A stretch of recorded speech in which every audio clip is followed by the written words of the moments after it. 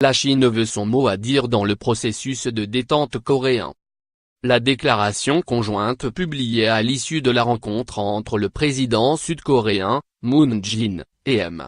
Kim promettait notamment la mise en place de pourparlers trilatéraux entre les deux Corées et les États-Unis ou bien quadrilatéraux, avec la Chine, afin de transformer l'armistice en traité de paix. Cette ambiguïté fait grincer des dents à Pékin. La Chine est signataire de l'armistice de 1953 qui a mis fin aux hostilités, et toute suggestion qu'elle puisse être marginalisée fait bondir.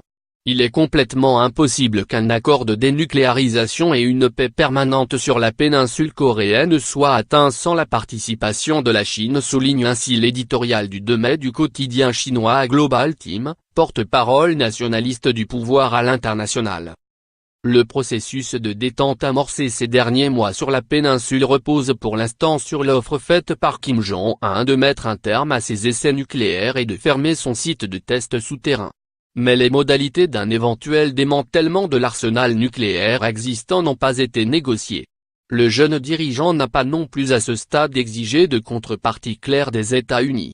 La question des manœuvres militaires conjointes régulièrement organisées par la Corée du Sud et les États-Unis et de la présence des troupes américaines au sud du 38e parallèle est suivie de près par la Chine.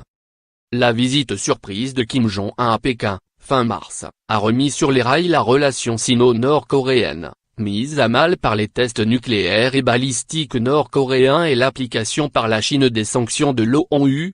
La Chine, liée à la Corée du Nord par un traité d'entraide mutuelle et d'amitié, est par ailleurs son principal partenaire commercial.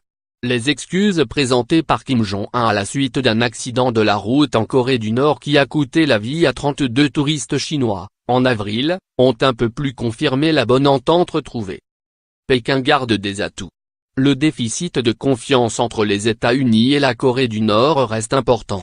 La Corée du Nord envisage un processus de dénucléarisation par étapes tandis que les États-Unis insistent sur une dénucléarisation complète, irréversible et vérifiable, explique le chercheur chinois Wang Pen, de l'université Fudan à Shanghai.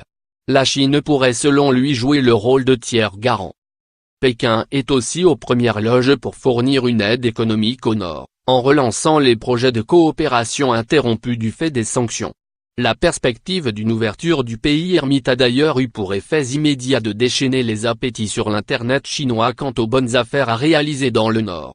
Tandis que la ville chinoise de Dandong, à la frontière avec la Corée du Nord, voit depuis plusieurs semaines son marché immobilier flamber. Lire la chronique d'Alain Frachon. Corée du Nord et Iran veulent devenir des États comme les autres, mais il y a des dossiers dans le placard.